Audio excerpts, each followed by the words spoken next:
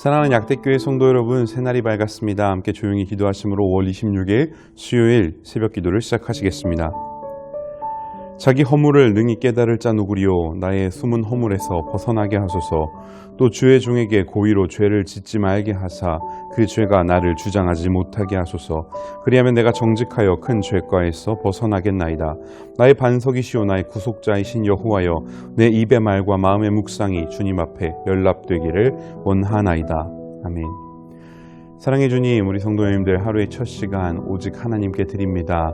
우리의 기도와 간구, 예배가 하나님께 온전히 상달될 수 있도록 함께하여 주시옵소서. 지혜의 말씀과 함께하여 우리의 삶이 하나님 보시기에 더욱더 기쁜 열매로 나아갈 수 있도록 우리 삶 가운데 동행하시고, 우리의 기도의 제목들 주님 앞에 내려놓고 기도할 때 응답받고 평안함 얻고 갈 수 있는 귀한 아침 될 수 있도록 주님 함께하여 주시옵소서.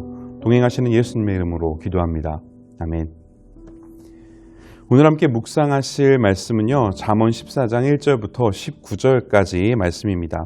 오늘 말씀에서는 지혜가 주는 유익에 대한 이야기를 하는 잠언 저자를 볼 수 있습니다. 특별히 오늘 말씀을 한 절 한 절 살펴보시면서 하나님께서 기뻐하시는 지혜는 과연 어떤 것인지 이야기를 나누어 보고자 합니다.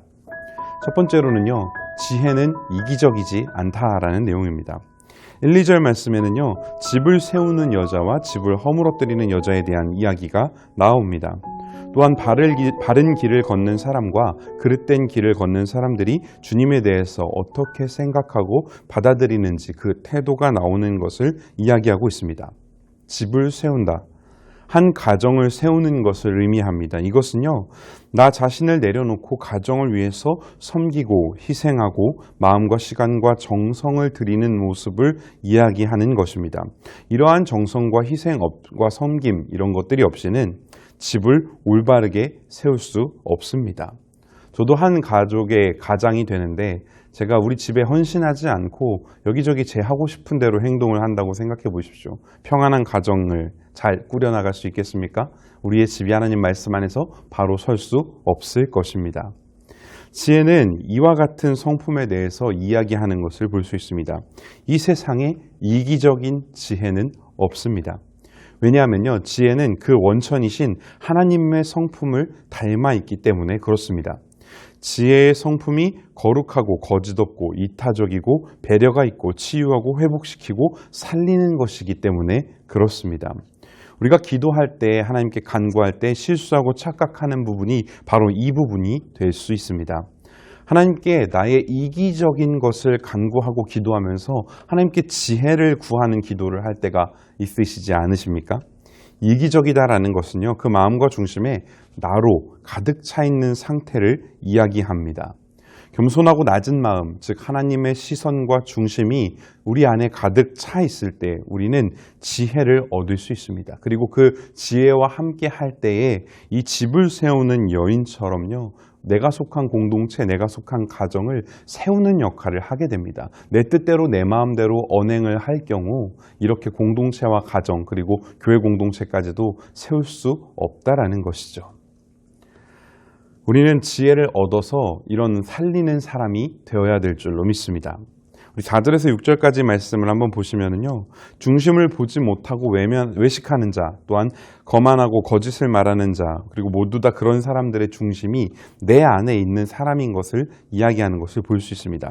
이러한 사람들은요, 다 내가 드러나고자 하는 사람들입니다. 그래서 그런 사람들에게는요, 지혜의 영이 결코 갈 수 없다라는 것이죠.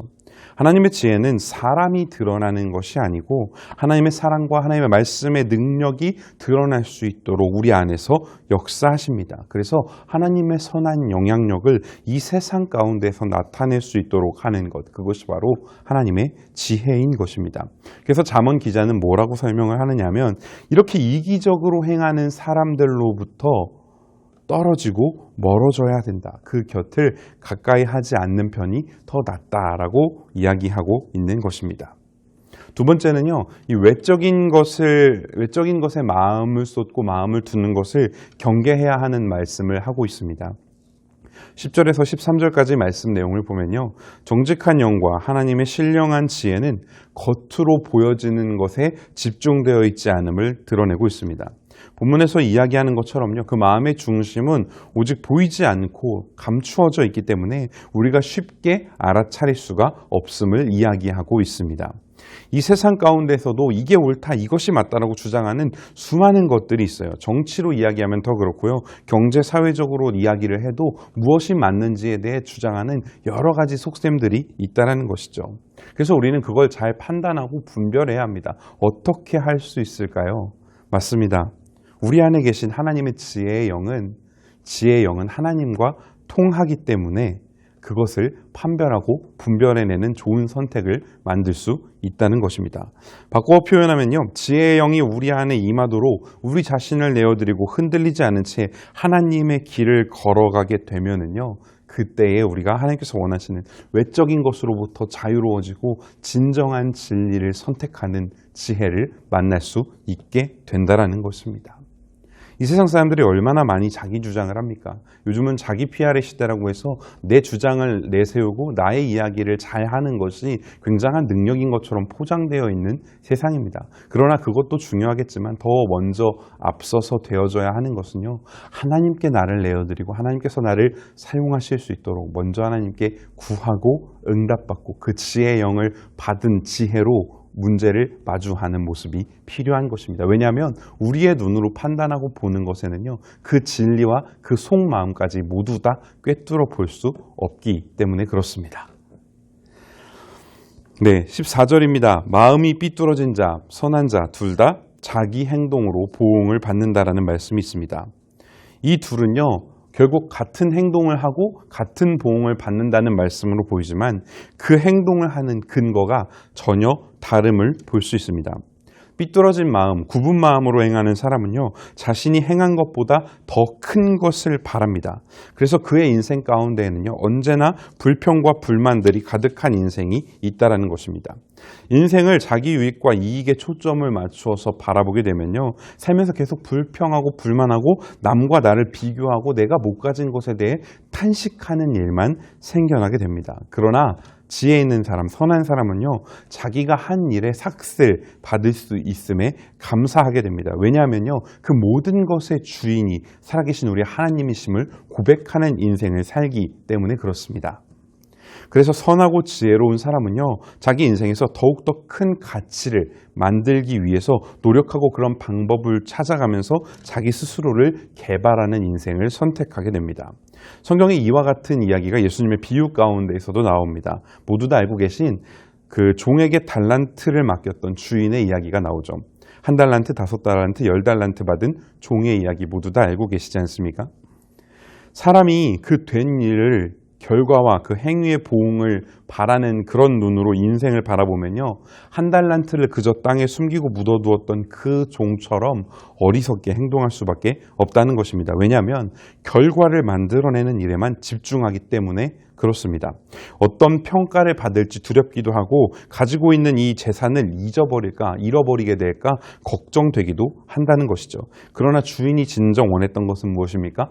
그 달란트를 잘 통용하고 개발하고 사용해서 선한 영향력을 만들어가는 인생이셨죠. 그리고 재물의 득실보다는 종의 충성된 신실함과 그런 마음가짐에 더욱더 큰 관심을 가지고 있던 것을 볼 수 있습니다.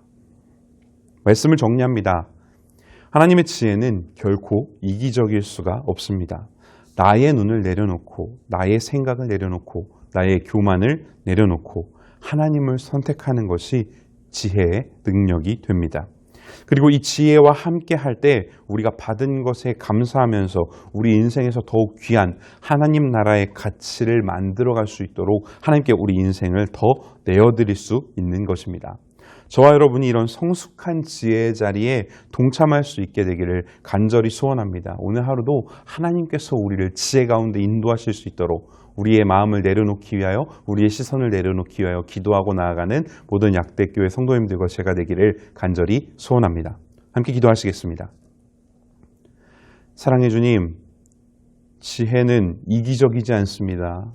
내 안에 혹시 이기적인 것이 있어서 하나님의 지혜가 주님을 드러내는 것을 막는 일이 있다면 그런 일이 없게 도와주시옵시고 내 안에 다른 사람을 위하여 희생하고 주님의 선하심을 전파하며 하나님 나라의 가치를 이루어낼 수 있는 용기와 믿음과 능력을 허락하여 주시옵소서. 그래서 이 세상에서 나에게 주어진 것에 불평하고 불만하는 것보다 하나님께서 주신 이것을 어떻게 하면 더 잘 활용할지 더욱더 감사한 마음으로 주님의 방법을 찾아가며 살아갈 수 있도록 우리 모든 성도님들과 제 가운데 지혜의 영으로 주님 함께하여 주시옵소서. 온전히 우리와 함께 하시는 예수님의 이름으로 기도합니다.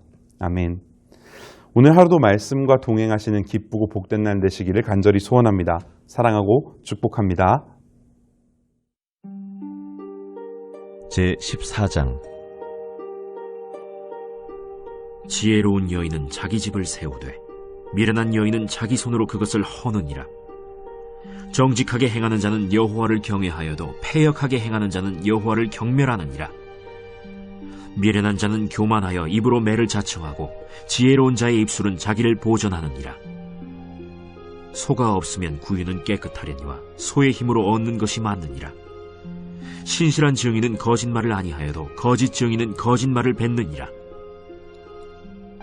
거만한 자는 지혜를 구하여도 얻지 못하거니와 명철한 자는 지식 얻기가 쉬우니라. 너는 미련한 자의 앞을 떠나라. 그 입술에 지식 있음을 보지 못함이니라. 슬기로운 자의 지혜는 자기의 길을 아는 것이라도 미련한 자의 어리석음은 속이는 것이니라. 미련한 자는 죄를 심상히 여겨도 정직한 자 중에는 은혜가 있느니라. 마음의 고통은 자기가 알고 마음의 즐거움은 타인이 참여하지 못하느니라. 악한 자의 집은 망하겠고 정직한 자의 장막은 흥하리라. 어떤 길은 사람이 보기에 바르나 필경은 사망의 길이니라.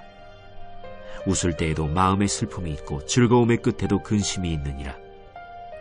마음이 굽은 자는 자기 행위로 보응이 가득하겠고 선한 사람도 자기의 행위로 그러하리라.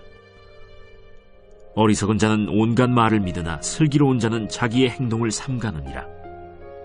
지혜로운 자는 두려워하여 악을 떠나나 어리석은 자는 방자하여 스스로 믿느니라. 노하기를 속히 하는 자는 어리석은 일을 행하고 악한 계교를 꾀하는 자는 미움을 받느니라. 어리석은 자는 어리석음으로 기업을 삼아도 슬기로운 자는 지식으로 면류관을 삼느니라. 악인은 선인 앞에 엎드리고 불의한 자는 의인의 문에 엎드리느니라.